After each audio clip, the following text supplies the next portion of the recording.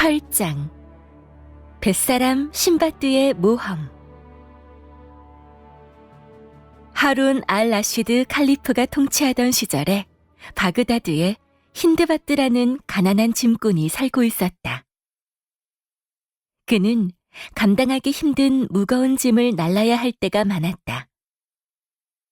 매우 더운 어느 날, 그는 낯선 거리를 따라 짐을 나르다가 지쳐서 대저택 옆에 앉아 쉬고 있었다. 힌드바드는 그처럼 쾌적한 장소를 발견하게 되어 운이 좋다고 생각했다. 그곳에 앉아있자 감미로운 음악 소리가 귀를 즐겁게 해주고 달콤한 냄새가 피곤을 누그러뜨려 주었기 때문이다.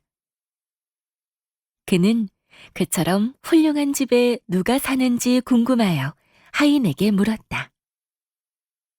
세상에, 세계를 항해한 그 유명한 뱃사람 신바드를 모른단 말이오. 하고 하인이 대답했다.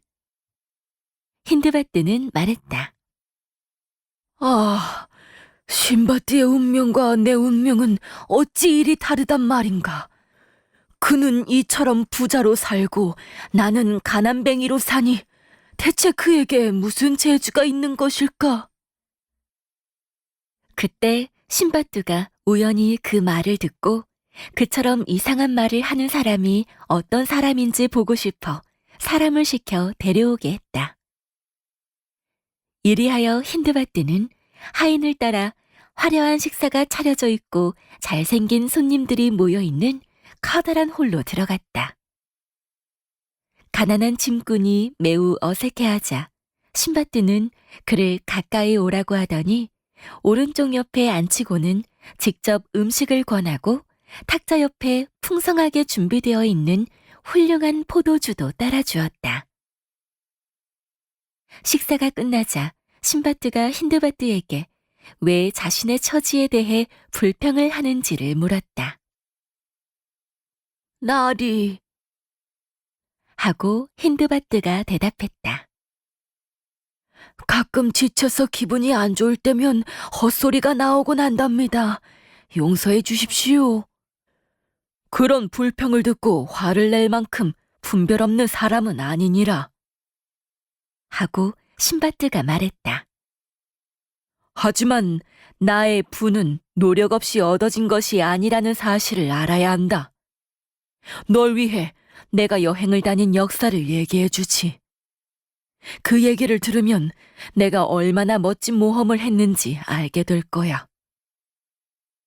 그러고 나서 신바드는 자신의 첫 번째 항해에 대한 이야기를 시작했다. 아주 젊었을 때 나는 아버지로부터 많은 재산을 물려받았어. 그래서 나는 신나게 돈을 쓰며 살았지. 호화롭게 말이야. 그러다가 들어오는 돈은 없고 나가는 돈만 있으니 돈이 점점 줄어들고 있다는 사실을 알게 되었지. 나는 나의 어리석음을 즉시 깨닫고 부소라에 사는 상인들에게 나머지 돈을 투자하여 그들과 함께 항해에 나섰지.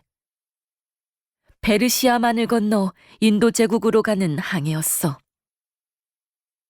항해 도중 우리는 몇몇 섬에 들러서 물건을 팔기도 하고 교환하기도 했지.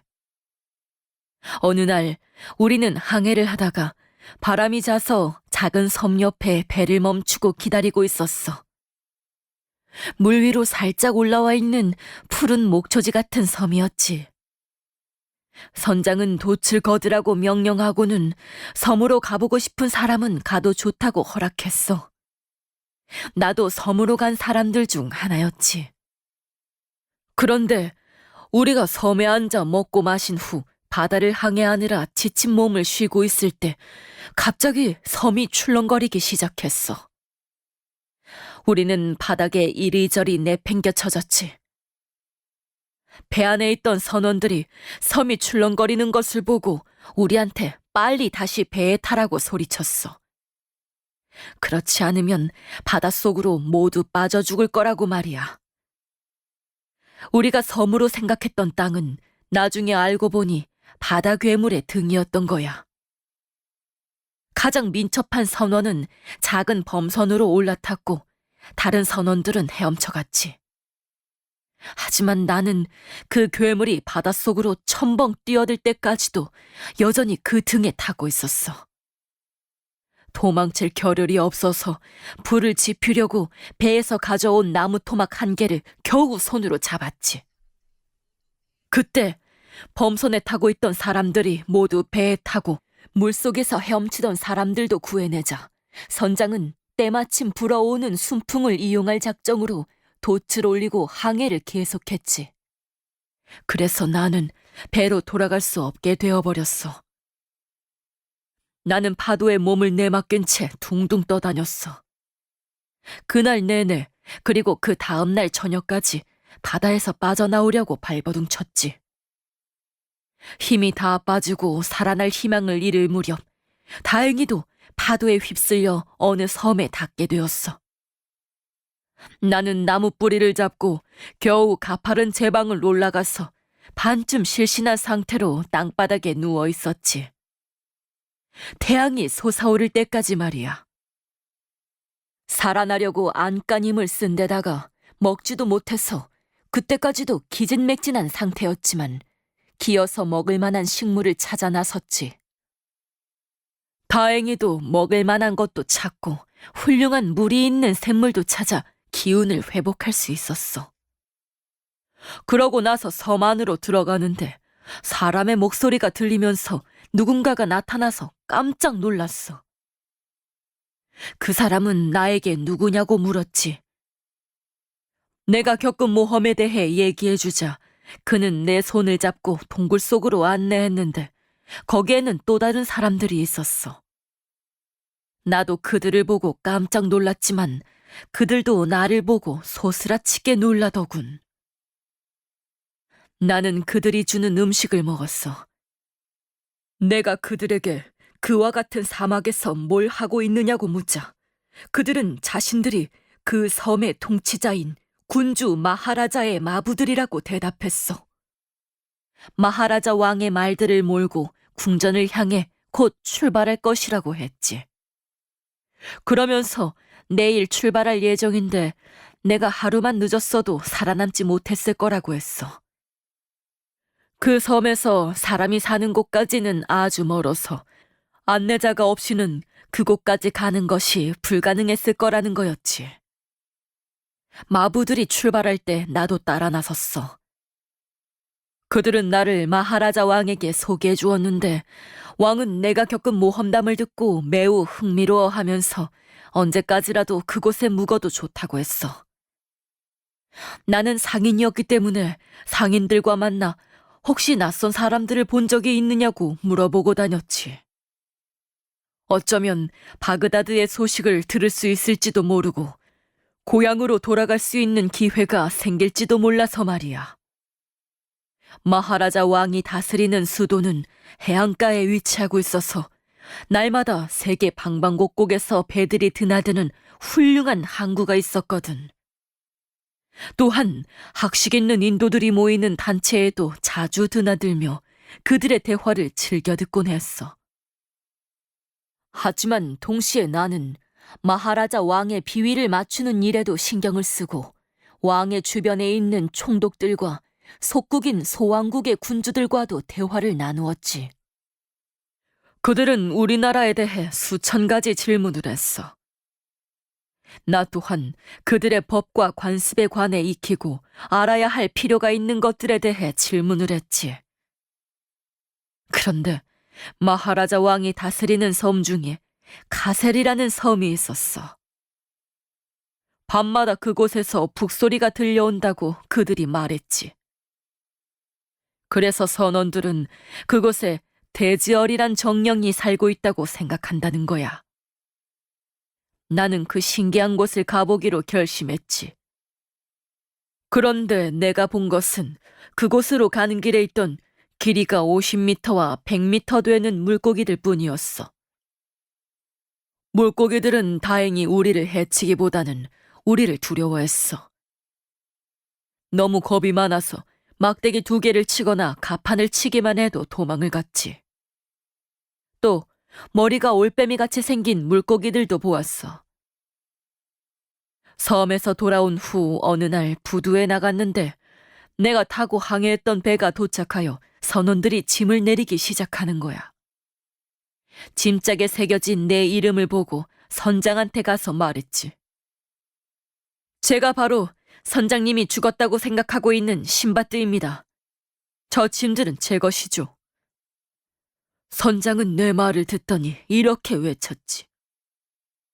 맙소사, 요즘에는 믿을 사람이 없다니까. 사람들 간의 믿음이 사라졌어. 신바트가 죽는 것을 내 눈으로 똑똑히 보았고 우리 선원들도 보았는데 당신이 신바트란 말이오. 참으로 파렴치하군. 겉모습은 멀쩡하니 정직하게 생겼는데 자기 물건도 아닌 것을 차지하려고 끔찍한 거짓말을 하다니.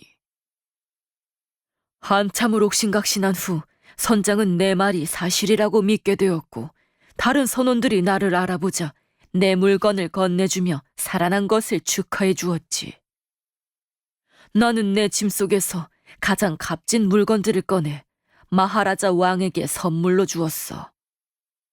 그러자 내가 바다에서 물건들을 모두 잃어버렸었다는 사실을 알고 있는 왕은 어떻게 해서 그런 진귀한 것들을 구했느냐고 물었어. 내가 그 물건들을 찾게 된 경위를 설명하자 왕은 내 행운을 기뻐해주며 그 선물을 받고 그보다 훨씬 더 값진 것을 선물로 주었어. 나는 내 물건들을 그 나라 상품들과 바꾼 후 왕에게 작별 인사를 하고 집을 떠날 때 탔던 배와 똑같은 배를 타고 집으로 향했지. 우리는 여러 섬들을 지나 마침내 부소라에 도착했다가 거기에서 10만 시퀸을 가지고 이 도시로 오게 되었어.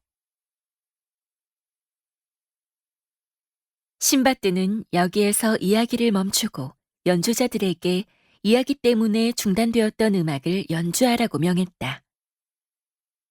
손님들은 저녁이 될 때까지 즐거운 시간을 보냈다. 작별할 때가 되자 신바뜨가 110퀸이 든 지갑을 가져오라고 명하더니 짐꾼에게 주며 말했다. 힌드바트, 이걸 가지고 집으로 가거라. 그리고 내일 다시 오면 내가 겪은 모험에 대해 더 얘기해 주마.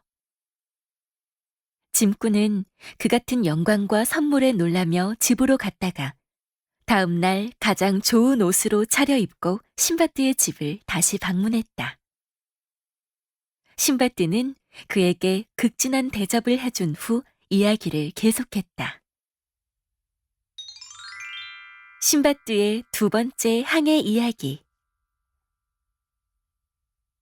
첫 번째 항해 이후 나는 평생을 바그다드에서 살기로 결심했어. 그런데 얼마 지나지 않아 무료한 생활에 실증이 나기 시작했지. 그래서 2번째 항해에 나섰어. 우리는 훌륭한 배를 타고 하느님께 아랜 뒤 출항을 했어. 섬을 돌아다니며 장사를 하고 물건을 교환하여 큰 이득을 남겼지. 어느 날 여러 종류의 과일 나무들이 자라는 한 섬에 착륙했는데 사람도 동물도 보이지 않는 거야. 우리는 물가를 따라 뻗어 있는 목초지를 거닐며 신선한 공기를 마셨지. 다른 선원들이 꽃과 과일을 따는데 열중해 있는 동안 나는 포도주와 음식을 꺼내 2그루의 나무 사이로 흐르는 짙은 그늘이 진 개울가에 앉아서 거나한 식사를 하고 잠이 들었어. 얼마나 잤을까? 깨어보니 배가 가버리고 없는 거야. 배가 가버린 걸 알자 덜컥 겁이 났어. 일어나서 주위를 둘러봤지만 함께 섬으로 올라왔던 상인들은 한 사람도 보이지 않았어. 배가 항해하는 모습이 보였지만 너무 멀어서 시야에서 곧 사라지고 말았지.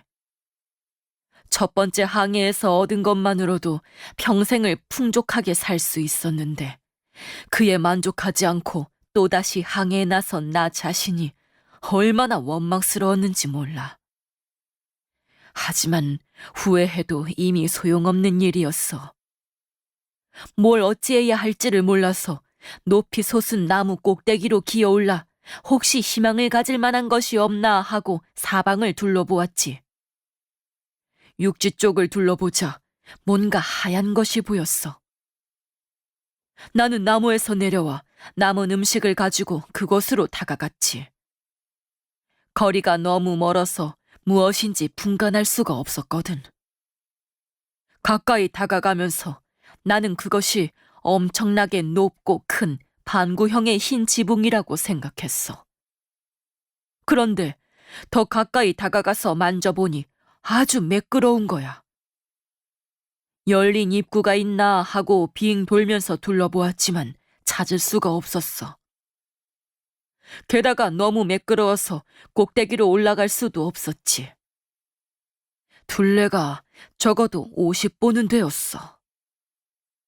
그런데 해가 저물 무렵 갑자기 하늘이 짙은 구름으로 뒤덮인 듯이 캄캄해지는 거야. 갑자기 주위가 어두워져서 깜짝 놀랐지. 하지만 그렇게 해를 가리며 나를 향해 날아오는 거대한 새를 보고는 그보다 더 놀라고 말았어. 선원들이 대괴조라고 부르는 놀라운 새에 관해 얘기하는 것을 자주 들은 기억이 났기 때문에 그 커다랗고 둥그런 물건이 그 새의 알일 거라고 생각했지. 잠시 후 새가 날아내려와 알 위에 앉았어. 새가 날아내려오는 것을 보았을 때 나는 알 옆으로 바짝 기어갔지. 그래서 커다란 나무 몸통같이 큰 새의 다리 하나가 내 바로 앞에 놓이게 되었어. 나는 새 다리에 내 터번을 단단히 묶었어. 다음 날 아침 대괴조가 나를 이 외딴 섬에서 데려가 주길 바라면서 말이야. 그런 상태로 밤이 지나고 날이 밝자마자 새는 나를 데리고 하늘 높이 날아올랐어. 너무 높아서 땅이 보이지 않았지. 나중에 새가 너무 급속도로 내려앉는 바람에 잠깐 정신을 잃기도 했지만 땅에 내려앉은 것을 발견하고는 재빨리 끈을 풀었지. 끈을 풀자마자 새는 아주 길다란 뱀을 부리에 물고 사라졌어. 새가 나를 데려다 놓은 곳은 사방이 산으로 둘러싸여 있었어. 산이 너무 높아서 구름 위로 솟아있는 듯이 보였으며 너무 가팔라서 계곡에서 빠져나가는 것이 불가능해 보였어. 이번에도 난감했지. 새가 날 이곳으로 데려오기 전에 있었던 외딴 섬이나 역이나 다를 바가 없었으니까. 그런데 계곡을 걷다 보니 커다란 다이아몬드가 뿌려져 있지 않겠어. 어떤 것은 놀랄 정도로 컸지. 처음에는 즐겁게 그 광경을 구경하며 다녔지만 얼마 안 되어 멀리서 어떤 물체가 나타나는 바람에 즐거운 기분이 사라지고 말았어. 참으로 끔찍한 광경이었지. 어마어마하게 큰 뱀들이 나타난 거야. 제일 작은 놈이 코끼리를 한 입에 삼킬 정도였으니까 그 크기가 짐작이 갈 거야. 뱀들은 대개주에게 잡아먹힐까봐 낮에는 굴 속에 숨어 있다가 밤에만 나와 활동을 했지. 나는 낮 동안 계곡을 돌아다니며 좋은 장소가 나타나면 쉬었어.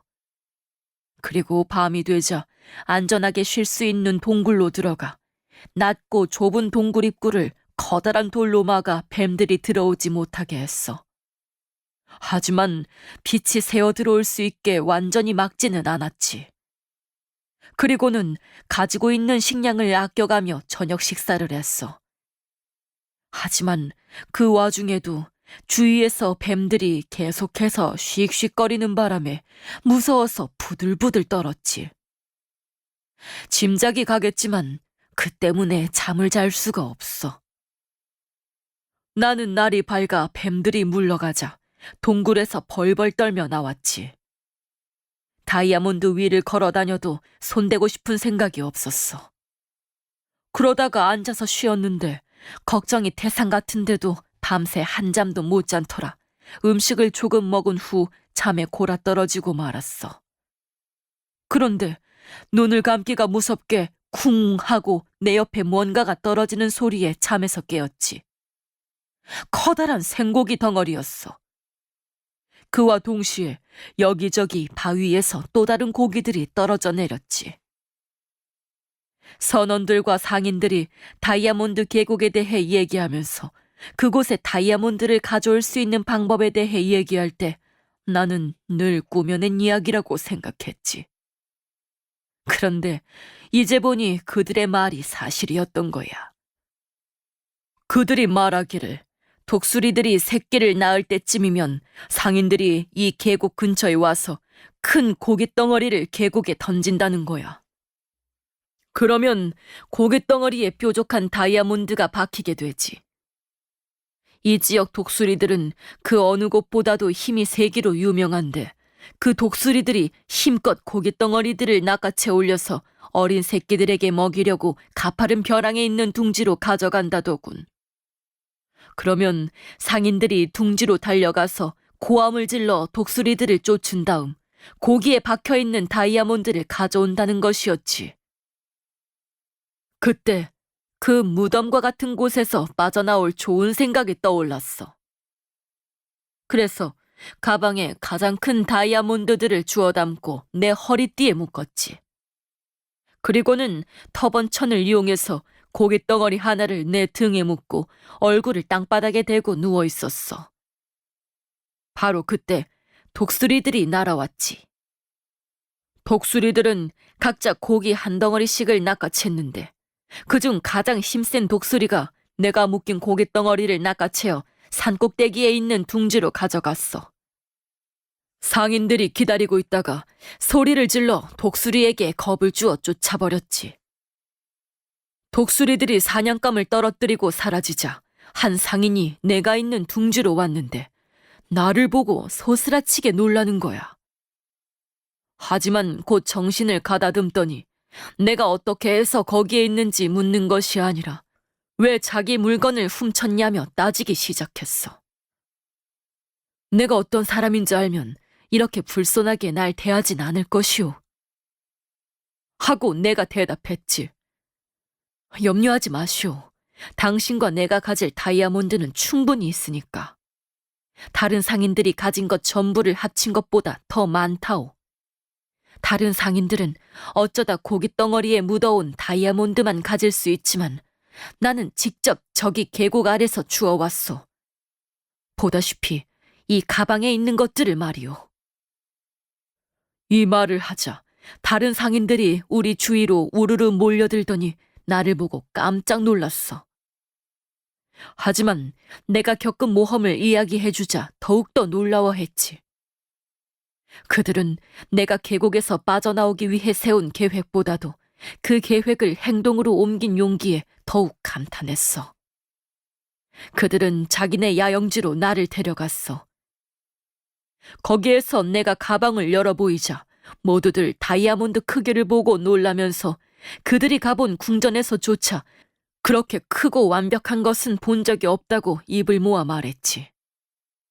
상인마다 각자 자기 소유의 둥지가 있었는데 나는 내가 떨구어졌던 둥지를 소유한 상인에게 원하는 만큼 다이아몬드를 가지라고 권했어. 그런데 그가 한 개만 가져가는 거야. 그것도 가장 작은 것으로 가져갔지. 내가 괜찮으니 더 가지라고 하자 그가 이렇게 말했지. 아니요, 난 이것으로 족하오. 이것 하나면 더 이상 항해를 하지 않고 원하는 만큼 재산을 늘릴 수가 있어. 그날 밤 상인들과 함께 밤을 지내면서 내가 겪은 이야기를 재차 들려주었지. 그 얘기를 처음 듣는 상인들은 무척 흥미로워했어. 나는 위험에서 빠져나온 것이 기뻐서 하늘을 날 것만 같았지. 꿈만 같았어. 정말이지 위험에서 빠져나왔다는 사실을 믿을 수가 없었어. 마침내 집에 도착하자 나는 가난한 사람들에게 선물을 듬뿍 나눠주었어. 그리고 어렵게 얻은 재산으로 풍족하게 살았지. 이렇게 해서 두 번째 항해 이야기를 끝낸 신바뚜는 힌드바뚜에게 또 백식퀸을 주면서 다음 날 다시 오면 또 다른 모험에 대해 얘기해 주겠다고 말했다. 신바뚜의 세 번째 항해 이야기. 얼마 지나지 않아 나는 한가하고 호화로운 생활에 실증이 나서 또 다른 항해에 나서게 되었지. 그런데 우리는 바다에서 거센 폭풍을 만나 표류를 하다가 어느 섬에 닿게 되었어. 선장은 그 섬에 털이 많은 야만인들이 산다고 하면서 곧 우릴 공격할 것이라고 했지. 그 야만인들은 난쟁이들이긴 하지만 불행하게도 메뚜기 떼보다도 수가 더 많기 때문에 건드리면 안 된다는 거야. 하나를 죽이면 모두가 우리한테 달려들어 우릴 죽일 거라는 거였지. 얼마 후 선장의 말이 증명되었어. 온몸이 빨간 털로 덮인 키가 60cm 정도 되는 무서운 야만인들이 셀 수 없이 헤엄쳐 몰려들어 우리 배를 둘러쌌지. 우리는 섬 안쪽으로 피신해 갔어. 그러다 높다랗고 웅장한 궁전을 발견하게 되었는데 흑단 나무로 된 무거운 두 짝의 문이 달려 있었지. 문을 밀치고 마당으로 들어가자 커다란 집이 보였는데 현관 한쪽에는 사람들의 뼈가 수북이 쌓여 있었고 다른 한쪽에는 고기를 굽는 쇠꼬챙이들이 가득 쌓여 있었어. 집 문이 삐거덕하고 큰 소리를 내며 열렸을 때 우리는 무서워서 벌벌 떨었지. 키가 큰 야자나무만한 무시무시하게 생긴 흑인이 나타났거든. 그는 눈이 이마 한가운데 하나밖에 없었는데 이글이글 타오르는 불처럼 빨간색이었지. 길고 날카로운 앞니가 말입처럼 긴 입 밖으로 튀어나와 있었고 윗입술은 가슴 위까지 처져 있었으며 귀는 코끼리 귀처럼 어깨까지 늘어져 있었고 손톱은 거대한 새의 발톱처럼 길게 구부러져 있었어. 그처럼 무시무시한 거인의 모습에 우리는 얼어붙은 죽은 사람처럼 바짝 엎드렸지. 그런데 거인이 우리를 자세히 살피더니 우리 쪽으로 걸어와 나에게 손을 뻗어 내 목덜미를 잡아 올려 빙 돌리는 거야. 푸죽간 주인이 양고기를 살피듯 말이야. 나를 자세히 뜯어본 거인은 내가 너무 야위어서 가죽과 뼈밖에 없다고 생각했는지 날 놔주었어. 그리고는 다른 사람들을 하나씩 들어올려 자세히 살폈지. 우리 중에 선장이 가장 살이 쪘었어. 거인은 선장을 한 손으로 집어올려 달팽이에게 쇠꼬치를 꽂듯이 선장의 몸에 쇠꼬챙이를 꽂은 다음 불을 피우고 구워서 저녁 식사로 먹어치웠지. 식사를 마치자 거인은 현관으로 다시 와 누워서 천둥 소리와 같이 요란하게 코를 골며 잠이 들었어. 우리는 두려움에 얼어붙은 채 앉아 있었지. 하지만 다음 날 거인이 외출하자 우리는 복수할 방법을 궁리했어. 거인이 다시 우리 중 한 명을 잡아먹고 누워서 잠이 들면 과감한 계획을 실행에 옮길 준비를 했지.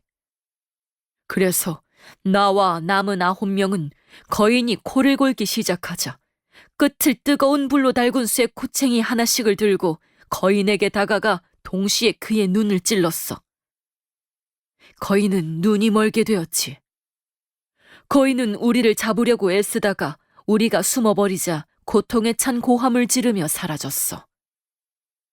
우리는 급히 그곳을 빠져나와 해안가로 가서 필요할 경우 탈 수 있도록 뗏목을 만들었지. 하지만 뗏목을 타고 이동하는 것은 위험했기 때문에 거인이 죽기를 바라며 기다렸어. 거인의 울부짖는 소리가 그쳤었거든. 하지만 동이 트기가 무섭게 거인이 우리를 향해 다가왔지. 그 거인만큼이나 큰 2명의 거인과 다른 거인들을 데리고 말이야. 우리는 급히 뗏목에 올라탔어. 그러자 우리를 놓치게 되어 화가 난 거인들은 커다란 돌을 집어들고 해안가를 달려 물속까지 들어와서 돌을 던지기 시작했어. 돌들이 뗏목의 명중에 내가 탄 뗏목을 제외하고는 모두 가라앉고 말았지. 결국 나와 2명의 선원을 제외한 모든 선원들이 물에 빠져 죽고 말았어. 우리는 죽을 힘을 다해 노를 저어서 거인들로부터 벗어났어. 밤낮을 표류하다 마침내 어느 섬에 닿게 되었는데 아주 훌륭한 과일나무가 자라는 곳이었지. 밤이 되자 우리는 해안가로 가서 잠을 잤어. 하지만 시끄러운 소리에 잠이 깨고 말았어. 엄청나게 크고 긴 뱀이 기어갈 때 그 비늘이 바스락거리는 소리였지.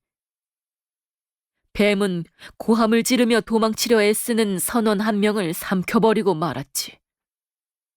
그 선원을 몇 차례 땅에 내동댕이 치더니 짓뭉갰어. 우리는 멀리까지 도망쳐갔지만 뱀이 그 가엾은 선원을 물어뜯고 뼈를 우적거리며 먹는 소리를 들을 수 있었어. 위험을 감지한 우리는 다음 날 저녁에는 뱀을 피해 높다란 나무 위로 기어 올라갔어. 하지만 공포스럽게도 뱀은 나무를 타고 올라오더니 내 아래쪽에 있던 선원을 삼켜버리고 사라졌어. 나는 밤새 나무 위에 있다가 날이 밝자 아래로 내려와서 작은 나뭇가지와 검은 딸기나무와 마른 가시덤불들을 주어서 나무단을 만들었어. 그리고 그것들을 나무 주위에 빙 둘러서 큰 원을 만들고 머리 위쪽에 있는 나뭇가지에도 나무단을 단단히 묶어서 텐트처럼 꾸몄어. 밤이 되자 나는 그 안에 들어가 쪼그리고 앉아서 잔인한 운명으로부터 스스로를 보호할 방도를 잘 생각해냈다는 우울한 만족감에 젖었지. 똑같은 시간에 뱀은 어김없이 나타나 나무 주위를 빙빙 돌며 나를 삼킬 기회를 엿봤어. 하지만 내가 만들어 놓은 성벽 때문에 나를 먹을 수가 없었지. 그러자 그 뱀이 날이 밝을 때까지 나를 그 자리에서 꼼짝 않고 지켜보는 거야. 무사히 탈출한 쥐를 헛되이 노리는 고양이 같았지. 날이 밝자 뱀은 물러갔지만 나는 태양이 뜰 때까지 무서워서 밖으로 나올 수가 없었어. 해가 뜨자 이처럼 끔찍한 상태로는 더 이상 지낼 수 없다고 생각하면서 바다로 달려갔는데 아주 멀리 배 한 척이 보였지. 나는 있는 힘을 다해 소리를 지르며 멀리서 내가 보이도록 터번을 꺼내 흔들었어. 다행히도 선원들이 나를 발견했고 선장은 보트 한 척을 보내주었어. 내가 배에 올라타자 상인들과 선원들이 내 주위로 몰려들어 어떻게 해서 그런 섬에 가게 되었느냐고 물었어. 내가 그때까지 겪은 일을 이야기하자 그중 가장 나이 많은 선원들이 말했지. 그 섬에 거인들이 산다는 얘기를 여러 차례 들은 적이 있지. 그들은 식인종으로 사람들을 산채로 잡아먹거나 구워 먹는다고 말이야. 그리고 그 섬에 뱀들이 엄청 많이 사는데 낮에는 숨어 있다가 밤에 나돌아다닌다고 했지. 그들은 내가 그처럼 많은 위험에서 무사히 빠져나온 것을 기뻐하며 맛있는 음식을 가져다 주었어. 그리고 선장은 2번째 항해 때 나를 버리고 갔던 배의 선장이었는데 누더기가 된 내 옷을 보고 자기 옷을 입으라고 주었어.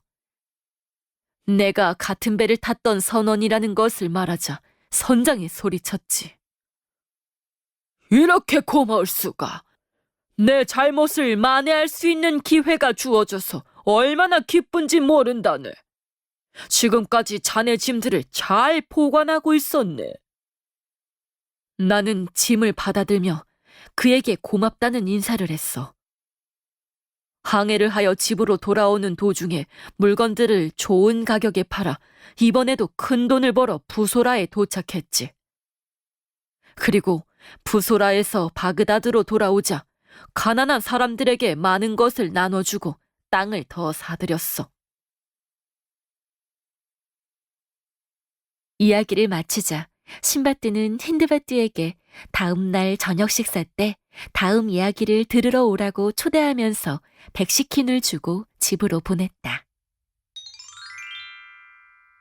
신바뜨의 네 번째 항해 이야기. 얼마 지나지 않아 나는 또다시 항해를 하게 되었지. 이번에는 페르시아를 통해 항구로 가서 배를 탔어. 그런데 출발한 지 얼마 안 되어 거대한 폭풍이 우리를 덮쳤어. 거센 폭풍에 돛이 갈기갈기 찢어져 버려 배는 오도 가도 못하게 되었지. 상인들과 선원들 몇몇은 익사하고 짐은 모두 물속으로 가라앉아 버렸고, 나는 운이 좋아서 몇몇 상인과 선원들과 함께 판자에 올라타게 되었는데 조류에 휩쓸리다가 어느 섬에 닿았지. 그 섬에는 과일과 물이 있어서 다행히 목숨은 구할 수가 있었어. 우리는 해안가에 누워서 잠이 들었어. 다음 날 아침, 날이 밝자마자 우리는 해안에서 출발하여 섬 안쪽으로 들어갔는데 그곳에는 집들이 있었어. 우리가 가까이 다가가자 갑자기 수많은 흑인들이 주위를 에워싸더니 우리를 붙잡아 각자의 집으로 데려갔지. 나는 5명의 동료들과 함께 어느 집으로 끌려갔는데 그들은 우리를 앉으라고 하더니 무슨 약초를 주면서 먹으라는 몸짓을 해보였어. 내 동료들은 흑인들 중 그 누구도 그것을 먹지 않는다는 사실을 눈치채지 못하고 허기를 달랠 생각만 하고 허겁지겁 먹어댔어. 하지만 나는 수상한 느낌이 들어서 약초를 입에 대지도 않았지. 그런데 그렇게 하길 잘한 것이었어. 조금 지나자 동료들이 분별력을 잃더니 자신들이 무슨 말을 하는지도 모르면서 나한테 짓거려대는 거야. 나중에 흑인들은 야자 열매 기름으로 요리한 밥을 우리에게 주었지. 분별력을 잃은 내 동료들은 허겁지겁 먹어댔지만 나는 아주 조금만 먹었어. 그들이 처음에 약초를 준 것은 감각을 무디게 하여 우리 앞에 닥친 슬픈 운명을 인식하지 못하도록 하기 위함이었고, 밥을 준 것은 우리를 살을 찌우게 하기 위해서였어. 식인종들이었던 그들은 우리가 살이 찌면 잡아먹을 속셈이었지. 예상했던 대로 그들은 아무런 분별력이 없는 내 동료들을 잡아먹어버렸어. 하지만 분명한 분별력을 가지고 있었던 나는 추측할 수 있겠지만 살이 찌기는커녕 날이 갈수록 말라만 갔어. 죽음에 대한 공포에 시달리다 보니 음식을 먹어도 모두 독이 되었던 거야. 나는 점점 더 쇠약해지는 병에 걸렸고 그 때문에 목숨을 구하게 되었지.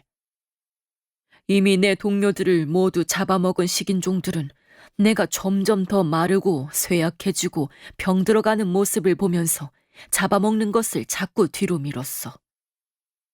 그래서 나는 많은 자유를 누릴 수가 있었지. 그들은 내가 하는 일에 별로 관심이 없었으니까. 그러던 어느 날 그들의 집에서 멀리 떨어져 나와 도망칠 기회를 갖게 되었지. 한 식인종 노인이 내 계획을 알아차리고는 나를 보고 큰 소리로 돌아오라고 소리쳤어. 하지만 나는 그 말을 듣기는커녕 더욱더 속도를 내서 멀리 사라졌지.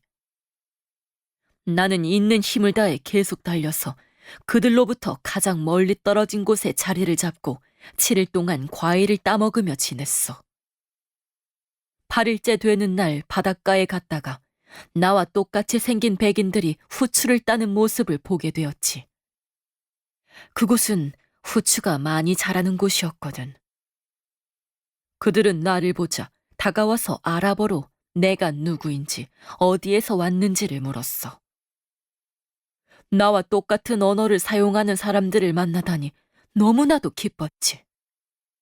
나는 배가 난파되어 식인종들의 손에 넘어가게 되기까지의 사연을 얘기했어. 그 식인종들이 사람을 잡아먹는다고 했는데 대체 무슨 기적이 일어났기에 그들에게서 탈출할 수 있었단 말이오? 하고 그들이 물었지. 내가 지금까지의 상황을 얘기하자 그들은 매우 놀라워했지. 나는 그들이 후추를 충분히 딸 때까지 함께 지내다가 배를 타고 그들이 사는 섬으로 함께 갔지. 그들은 나를 왕에게 소개시켜 주었는데 왕은 참으로 훌륭한 군주였어. 그는 내 얘기를 듣더니 나를 환영해 주었고 나에게 큰 우정을 품게 되었어. 그렇게 해서 나는 그 도시에서 중요한 인물이 되었지. 그런데 나는 그곳에 사는 사람들 중 말을 탈 때 안장이나 굴레를 사용하는 사람이 없다는 걸 알게 되었어. 나는 왕에 대한 존경을 표시하기 위해 일꾼을 찾아가 모형을 주면서 안장을 만들어 달라고 부탁했지. 안장이 완성되자 나는 손수, 벨벳과 가죽을 씌우고 금으로 술을 놓았어. 그리고는 대장장이를 찾아가 모형을 보여주면서 제갈과 말을 탈 때 두 발을 디딜 수 있는 등자를 만들어 달라고 부탁했어. 마구가 모두 완성되자 나는 마구를 왕에게 가져가 말 위에 얹어드렸어. 그러자 왕은 즉시 말을 타보더니 아주 만족해하며 많은 선물을 주면서 이렇게 말했지. 그대가 결혼을 하여 그대의 나라에 대한 생각을 잊고 이곳에 오래도록 머물기를 바라노라. 나는 감히 왕의 뜻을 거역할 수가 없었어. 왕은 궁전에서 아름답고 고결하고 부유한 여인을 내게 주었어. 결혼식을 치른 후 나는 아내와 함께 한동안 아주 평화롭게 살았지. 하지만 나는 그 같은 생활에 만족할 수가 없어서 기회가 생기자 도망칠 궁리를 했어. 도망쳐서 바그다드로 돌아가기를 바랐지. 아무리 좋다 해도 지금의 내 터전을 잊을 수가 없었던 거야. 그 무렵 내게는 그곳에서 매우 돈독한 우정을 맺은 이웃에 살던 친구가 있었는데 어느 날 그의 아내가 병들어 죽게 되었어. 그래서 그를 위로하러 갔지. 깊은 슬픔에 빠져 있는 그를 보고 내가 이렇게 말했어. 하나님께서 자네가 오래도록 잘 살도록 보호해 주실 것이네. 그러자 그가 이렇게 말했지. 아, 그렇게 덕담을 해봐야 아무 소용이 없다네. 난 오늘 아내와 함께 묻힐 운명이니까. 우리 조상들이 만들어 놓은 이 섬의 법이라네. 항상 어김없이 지켜져 왔지. 아내가 죽으면 살아있는 남편이 죽은 아내와 함께 묻히고 남편이 죽으면 살아있는 아내가 죽은 남편과 함께 묻히게 되어 있어. 그 어떤 것도 날 구할 수가 없다네.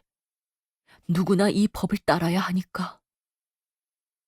이웃 친구가 소름 끼치는 이런 야만적인 관습에 대해 이야기하고 있을 때 그의 친척과 친구들과 이웃들이 장례식을 도우려고 몰려왔어. 그들은 마치 결혼식처럼 죽은 아내의 시신에 가장 화려한 옷을 입히고 온갖 보석으로 장식해 주었어. 그런 다음 뚜껑이 열린 관에 눕히고 매장지를 향해 출발했어. 남편은 맨 앞장서서 관을 따라갔지. 그들은 높은 산으로 향했고 목적지에 이르자 깊은 구덩이를 막아 놓았던 커다란 돌을 드러내고 갖가지 옷과 보석과 함께 시신을 구덩이 안에 눕혔어. 그러자 남편은 친척과 친구들과 포옹을 하고는 물병과 빵 7덩어리를 가지고 아무런 저항 없이 뚜껑이 열려있던 또 다른 관으로 들어가서 죽은 아내와 똑같은 모습으로 누웠어. 산은 아주 길게 해안가를 따라 쭉 뻗어 있었고 구덩이는 아주 깊었지. 장례식이 끝나자 일행은 입구를 다시 돌로 막고 돌아갔어. 그로부터 얼마 후 나는 똑같은 운명에 처하게 되었어. 내가 극진히 보살펴 주었지만 내 아내가 병들어 죽고 말았거든. 나는 백방으로 노력했지만 그 나라 법을 어길 수는 없는 일이었어. 그래서 왕과 귀족들이 무덤으로 와서 나에게 예의를 갖추어 작별 인사를 했고, 나는 아내의 시체와 빵과 물과 함께 무덤에 묻히게 되었어. 음식이 다 바닥나고 죽음을 기다리고 있을 때 누군가 숨을 쉬는 듯이 헐떡거리는 소리가 들렸지. 나는 소리나는 쪽으로 가보았어. 그러자 황급히 달아나는 발소리가 들렸어. 뒤를 쫓아가 보니 저 멀리 별 같은 것이 보였는데, 가까이 다가가자 점 같던 그 빛이 점점 더 커졌지. 나는 그것이 산비탈에 난 구멍이라는 것을 금세 알아차렸어. 해안 위쪽으로 솟아있는 구멍 말이야. 해안으로 나온 나는 너무 기뻐서 모래 위에서 뒹굴었지. 그러고 나서 눈을 들어 하늘을 보는데 바로 가까이에 배가 보이지 뭐야. 나는 터번을 흔들었어. 배에 탄 사람들이 그걸 보고 보트를 보내주어서 무사히 배에 타게 되었지. 선장에게 배가 난파되어 표류하던 상인이라고 나를 소개하자 그는 내 말을 믿고 아무런 질문도 하지 않고 배에 태워주었어. 오랜 항해를 하는 동안 우리는 여러 항구를 들렀는데 그때마다 나는 많은 돈을 벌었지. 마침내 나는 엄청나게 많은 돈을 가지고 바그다드에 도착했어. 그 점에 대해서는 자세히 말할 필요가 없겠지. 나는 자비를 베풀어 주신 하느님에게 감사하다는 뜻에서 여러 사원과 가난한 사람들을 위해 기부도 많이 하고 친척과 친구들과도 함께 시간을 보내면서 잔치를 벌였지.